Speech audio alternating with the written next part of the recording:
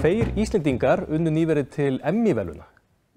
Hvítur dagur sópar að sér verðlaunum og ófærð á lista BBC Culture yfir bestu þætti ársins. Það lítur út fyrir að allt sé í blóma í íslenskri kvikmyndagerð, en það í rauninni svo? Við þurfum að ræða þetta við fagfólki held ég, og þess vegna afar gott að vera komið með mjög góða gesti úr greininni hingað í Norðurtörnin til okkar. En það eru þau, Baldvin Zeta, kvikmyndagerðarmaður, og Lilja Ósk Snorradóttir, framkvæmdastjóri Pegasus. Verið velkomin. Takk. Ég verð að byrja á að spyrja ykkur því hvort að ég sé að ímynda mér allan hennar vöxt sem við verið í greinina undanförnum árum. Við erum allavega á radarnum, það verið fara mjög mikið fyrir íslenskri þátta og kvikmyndagerð núna á allra síðustu árum. Lilja, myndið þú segja að þetta sé svona stöðu framþróun sem hefur orðið á þessari grein og munum við bara halda áfram að sópa okkur verðlaunum og koma okkur í erlenda bíóhús og sjónvarpsstöðvar? Já, ég vildi óska þess að ég vissi það, því að það myndi ég náttúrulega bara segja já og það væri geggjað. En allavega þróunin hingað til hefur verið afskaplega góð og jákvæð og það hefur í raun og verið, þessi þróun hefur átt sér stað kannski síðastliðin 10 ár og stöðugur vöxtur í greininni og sjónvarpsseríur íslenskar hafa verið að ferðast og fólk virðist vera meira og meira tilbúið til að horfa á efni sem ekki á ensku. Það að horfa á efni sem textað eða það náttúrulega bara dubbað. Og svo hafa íslensku myndirnar verið að vinna verðlaun, já. Og skiptir það máli? Þessi árangur það að vinna verðlaun, að koma okkur á kortið með þessum hætti, skiptir það máli fyrir jafnvel aðra sem ætla að búa sér þætti hér heima og eru við að byggja okkur upp eitthvað orðspor alþjóðlega? Sko, mér persónulega finnst það allavega að skipta máli. Og ég fagnaði alltaf þegar íslenskri myndgengur vel eða ég sé að sjónvarpsþáttur sé að fara að ferðast eitthvað, því það þýðir bara að það alltaf meira og meira svona auðveldara að láta íslenskt efni ferðast. Þannig ef að sjónvarpsþáttur eru seldur út allan heim, þá veit ég að ég get gert það líka.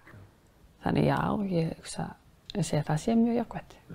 Ég held að það sé ekki spurning út í að þetta líka breytir landslæginu fyrir okkur í fjármögnun að fjármagna okkar verkefni og vera nýbúin að vinna til einhverja verðlauna eða komast á einhverja staði með seríunum okkar.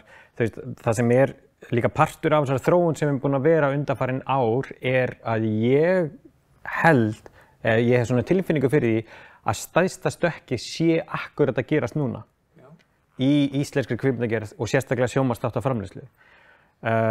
Ég held að við séum núna á einhverjum svona unglingsárum og að það sem er að breytast er að við erum að fara úr þessum seríum sem við höfum verið að gera í þessari svona litlu stærð af seríum og við erum að fara að taka þetta stökk sem Ófærð gerði og ennþá stærra. Við erum að fara að fjármagna seríur fyrir mun stærri upphæðir. Við viljum taka þátt í stóra leiknum, vera partur af þeim heimi. Og þess vegna er allt þetta ótrúlega mikilvægt fyrir okkur að vera með þessa viðurkenningar. Ég hef farið og fundi út þar sem ég er að kynna eitthvað efni og maðurinn kemst ekki yfir það hvað Ófært var frábær. Ég leikstýrði 3 þáttum af 20 en honum leið bara eins og hann væri að tala við mannin sem gerði Ófærð sko. Ég er náttúrulega bara leið honum að halda það. Og þannig að þetta skiptir allt ótrúlega miklu máli fyrir okkur.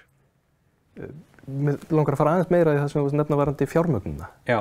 Er þetta orðið þannig að það sækir sér alþjóðlegt fjármagn til þess að fjármagna stærri framleiðslu, þetta sé orðið auðveldara en áður?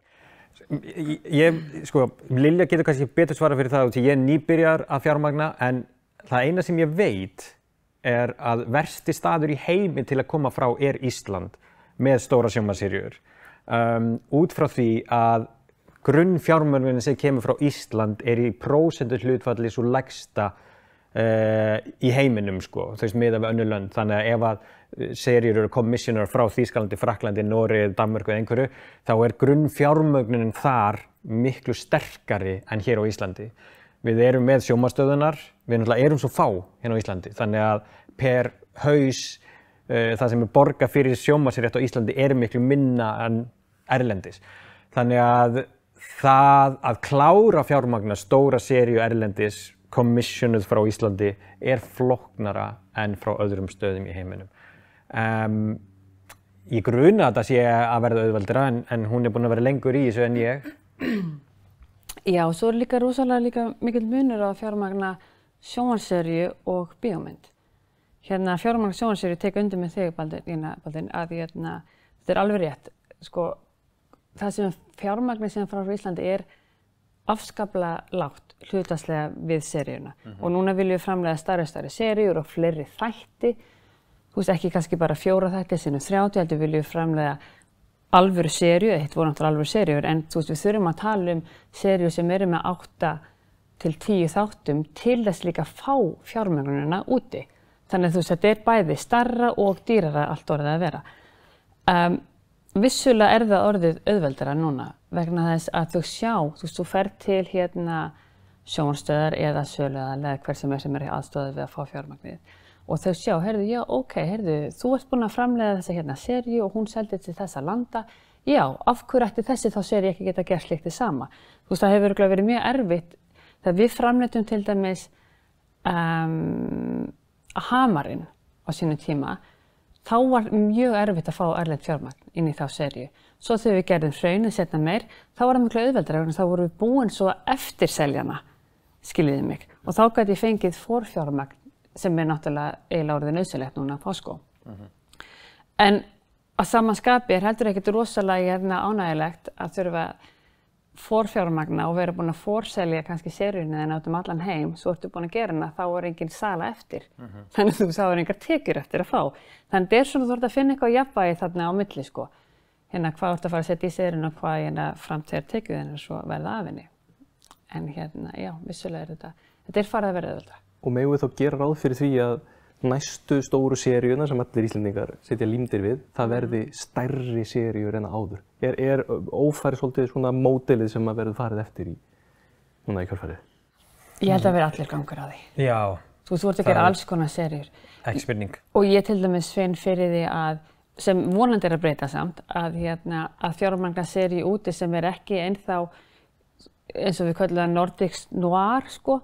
Það auðveldara. Ég til dæmis með fjölskylduseríu sem langar afskaplega mikið að fjármagna úti en rosalega erfitt.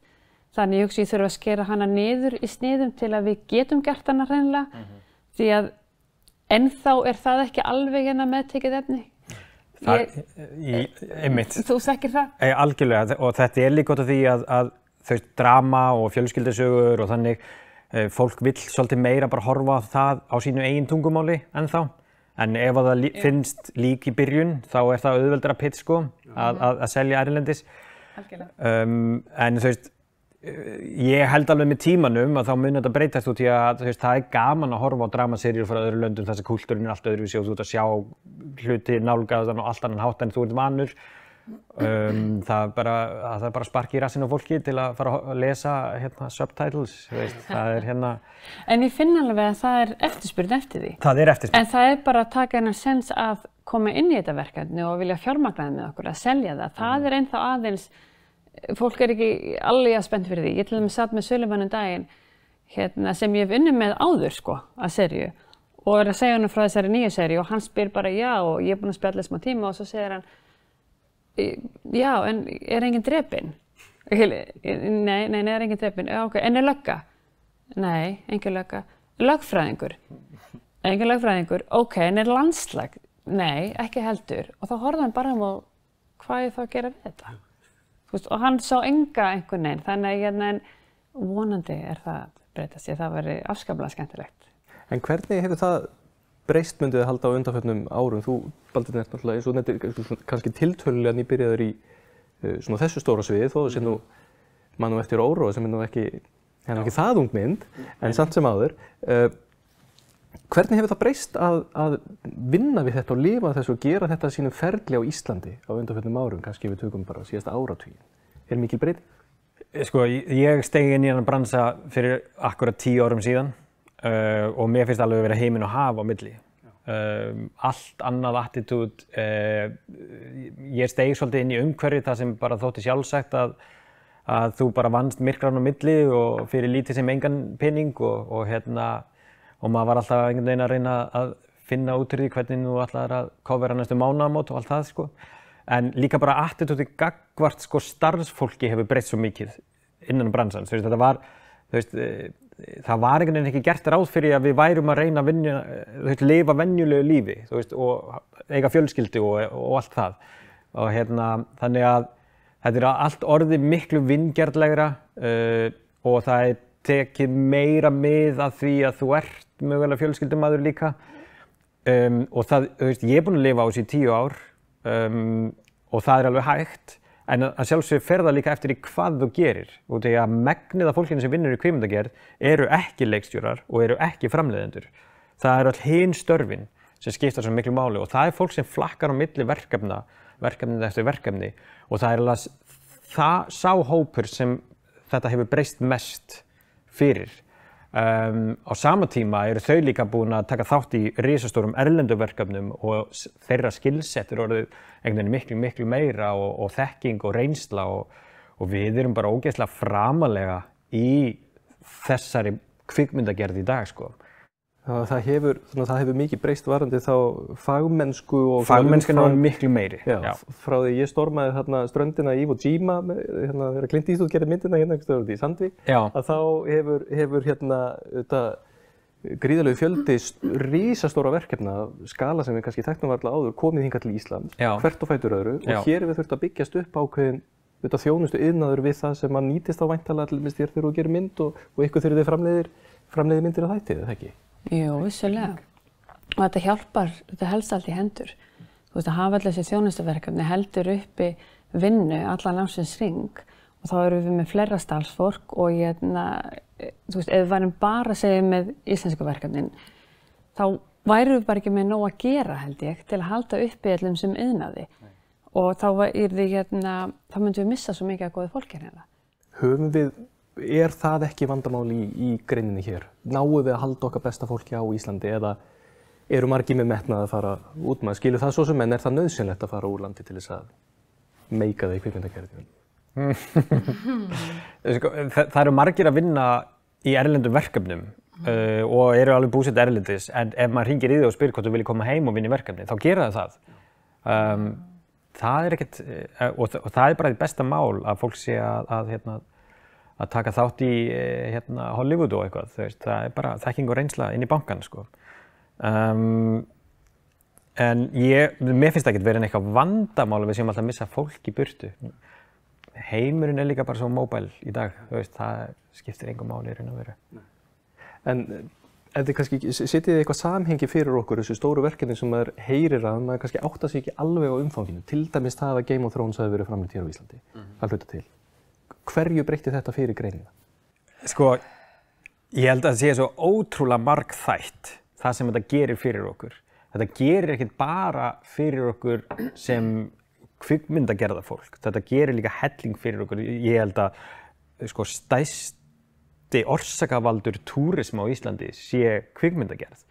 Þú veist, sko, fyrir 2012, áður en stóra árið okkar var, þegar sem Oblivion og Walter Mitty og allar þessar myndir voru gerðar, það varð sprenging í túrisma eftir það. Ég ætla að segja fyrir ekki Baldvin, það var gerð könnun, ég held að hún var gerð 2016 af ferðamönnum sem kom til landsins og 20% af þeim svöruðu að þeir var að koma til landsins út af einmitt bíómynd sem annarkvort íslenskri eða íslenskri þætti eða þá erlendri sem var tekin inn að heima. Og þú getur ímyndaðir 20% af öllum ferðamönnum sem kom inn að heim, getur ímyndaðir bara markaðskostnaðinn sem þið þurft að fara í til að draga þessa túristina heim eða þú þurft að auglýsa Ísland. Þetta er eiginlega í raun og veru algjörlega stórkostlegt og ég veit að það var gerð einu svona könnun í Noregi og nú bara manni ekki töluna sem að hefði kostað að auglýsa Noreg að jafnaði sem Millennium-serían var. Þú veist, auglýsingagildi hennar og tölunar voru bara ótrúlegar. Ég þurfti eiginlega að fletta þeim upp bara og senda okkur en þannig getur ímyndað að 20% ferðamanna kom hingað út af þessu. Það er náttúrulega bara frábært og þú veist, sko, þetta er svo ógeðslega sterkur miðill. Þú veist, hvað ef við ættum Twin Peaks fyrir austan, skilurðu? Þú veist, hugsa þér, bara allir sem leggja leið sína þangað og leita þessu bara, ég held að segja ekki svona til, sko. En Nei, en það er svona, við gerðum til dæmis, við áttum eina fyrirgefið, ekkert mál. En við vorum að þjónusta verkefni sem heitir Fortitude og það var tekið á Austfjörðum. og þar var bar sem heit The Blue Fox og þar var bensinstöð og þá voru ýmsir hlutir og við töluðum við hérna fólk að austan bara núna daginn vegna þess að það var að ræða niðurskurði endurgreiðslu og þetta og straumurinn af fólki sem heimsækir barinn og gistiheimilið og bensinstöðun og þessa staði og að skoða staðhætti sem voru í Fortitude, þannig að fjöldin alveg ótrúlegur. Já. Eða þá Game of Thrones ferðamenninir og og svo eflaust fólk sem kemur út að það hefur séð ófærð og þess aftar, þannig að Hvað myndið þið halda ef ég kannski fæ ykkur hérna rétt í lokin svona til þess að spá örlítið fyrir framtíðina? Hver væri draumastaðan hérna eftir önnur 10 ár? Þeir eru búin að vera í bransanum í 20 ár. Sko, draumastaðan væri eftirfarandi fyrir okkur að fjármögnun frá Íslandi, það umhverfi myndi breytast mikið. Ég myndi vilja sjá bankana taka virkari þátt í þessu og sko það þarf eitthvað að gerast út af því að kvikmyndasjóður, eða Miðstöð Íslands og sjóðurinn sem við höfum úr að móða, hann í raun og veru einhvern veginn ekki að ná yfir þessa sjónvarpsframleiðslu. Það er rosalega lítill peningur þar.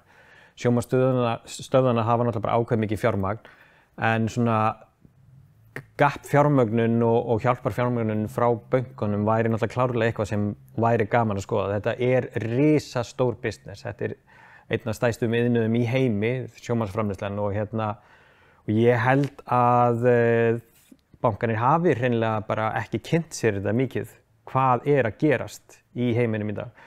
Þannig að mér langar rosalega mikið til að sjá breytingu á fjármálaumhverfinu hérna heima fyrir. Og það myndi hjálpa okkur rosalega mikið. Annað bara að við náum að búa til seríur sem verða ein af þeim stóru í heiminum. Að við komum með næsta Stranger Things eða hvað sem það er og sýnum það á sönnum að við getum alveg tekið þátt í þessum stóra leik. Og ég held að þessar óskir séu ekkert óraunhæfar sko. Nei. En þú segir að fá að breyta fjármálaumhverfinu, þar að segja það bankaumhverfinu. Fyrir 10 árum síðan, þá náttúrulega var þetta pínu svona að fólk áleit þetta sem svona smá leikbransi, en núna er þetta bara alveg iðnaður.